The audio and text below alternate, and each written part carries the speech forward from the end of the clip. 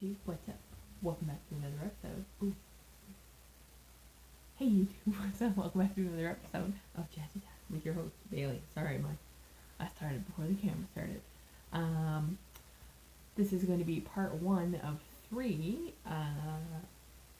Just because I don't want each video to go on like crazy long, and I want to try the different types of powders. So in this video, we're going to try this with a holographic powder, and we're going to test seven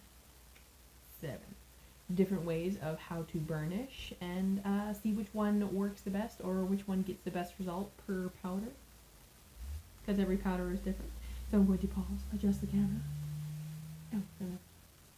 We're gonna do some testing. And my button's not working. All right. Hey, buddy hands. Okay, so 7 different ways to burnish. So the powder that I have, and I've just put it in this little dish because some of the tools are a little larger. So I have this is a higher end powder, much more expensive. So we're gonna try like part 2 is going to be a different type. So this one is 034. It's just a holographic pigment.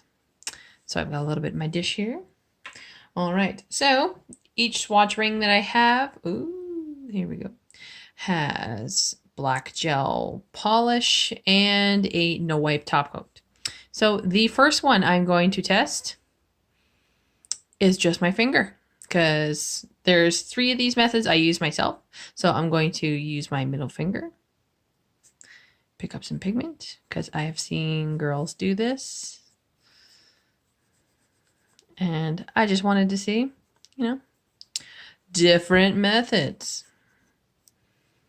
All right, and I don't feel like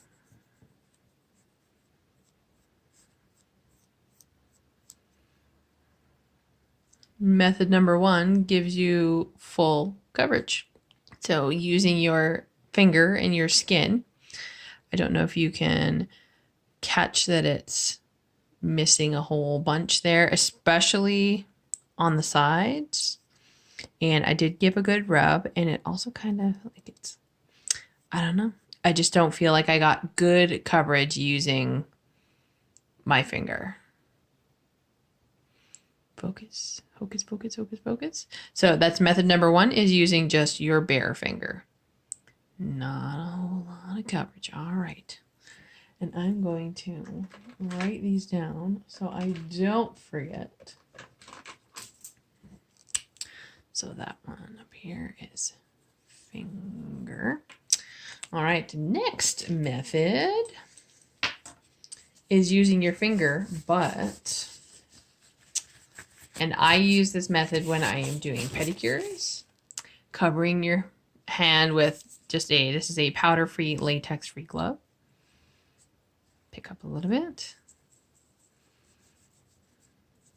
But I do find that with certain pigments, or after the top coat has kind of cooled down, it doesn't work as good.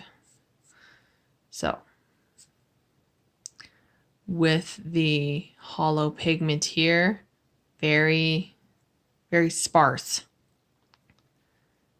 and not as holographic. So to each their own when using the glove. So I'm going to mark that to GL for a glove. I'm going to remove my glove. All right, the next one. And I'll probably turn on the light just to keep these nice and warm. All right, so we are all familiar with the makeup sponge. These always come with each pigment when you order them. So I'm just going to touch a little bit here.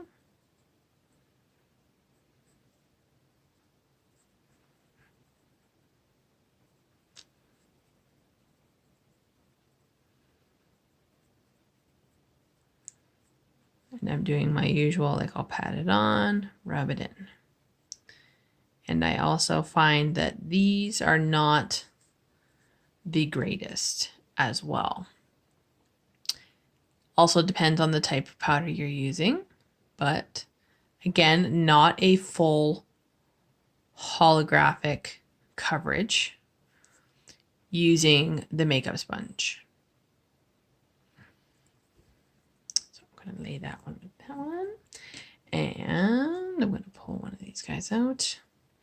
And one of my personal favorites, the latex-free makeup sponge. So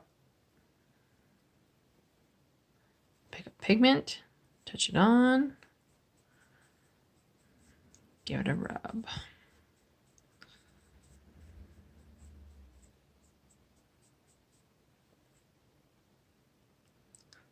I find you get much more coverage with makeup sponges than any other method by far.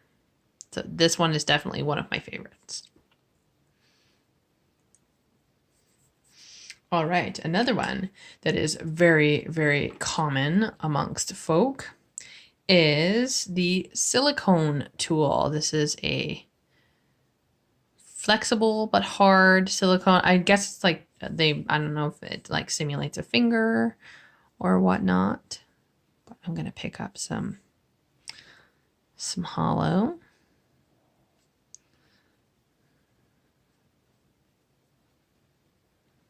And I am trying to give a good rub, but I don't know, maybe I'm rubbing too hard.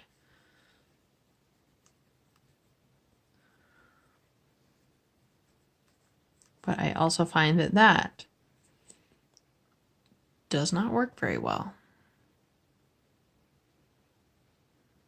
So far, the makeup sponge is winning. All right, and another method is I have not used this. Just kind of sits with all my other brushes and does nothing, but this is just a makeup brush. I don't know what type of makeup brush it is, don't ask. I'm gonna load up my brush here, and I have seen, ooh, hang on a second here. Ooh,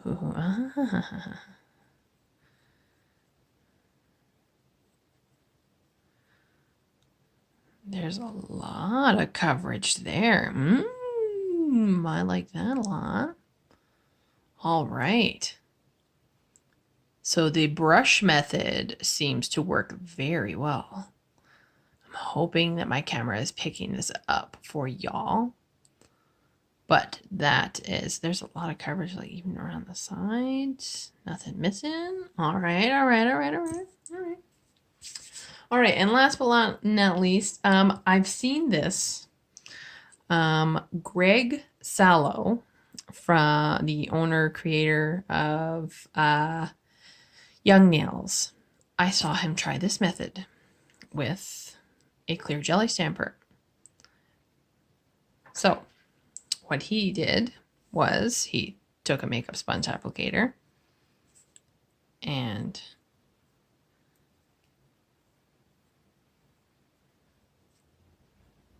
loaded the surface of a clear jelly stamper. And I'm hoping I am doing this right. I have never tried this method, but I saw it and I thought that I could include it in this video. So I've just loaded the center of my stamp there, just enough to cover the nail. And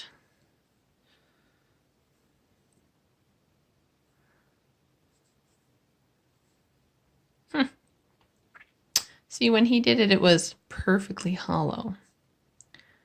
But again, not the greatest coverage. So far, the winners of the best coverage, I'm going to just take this down here. And we're going to compare. So this one is the finger. This one's the glove. This one's the makeup sponge. The makeup sponge on a stick. This is a latex makeup sponge. This one here is the silicone tool. That one is the brush. and that one is the stamper. In my opinion, with this powder, this one and this one look the best. This one, let me know what you think. You tell me. Or maybe I skipped a step. I don't know. But maybe y'all can give me some pointers, some info. Maybe, perhaps. All right, I'm going to tidy up and I'll see you all back up top. All right, so I hope you both. I hate being dyslexic. It makes your mouth say things that are like you're thinking of something else. And you want to say something different than what you're thinking, and then it just gets... I hope you all enjoyed that video. Both of the methods that I think worked the best for holographic is the makeup brush and makeup sponge. But in saying that, everybody has their own opinion, method, whatnot. I'm just testing out what I have on hand to see what works the best, but I know, especially when I'm doing clients, this is my #1 go-to tool for my pigments and powders.